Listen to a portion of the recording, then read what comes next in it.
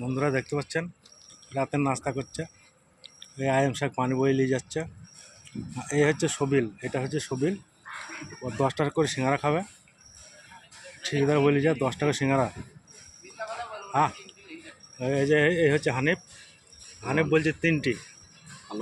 হ্যাঁ, হানিফ পালোয়ান 3টি খেয়েছে, তা বলছে হবে না, 3টি লাগবে। হ্যাঁ, ওই যেখানে বল্লির ভেতরে বসে সব কাছে হচ্ছে নাসিরুদ্দিন শাহ।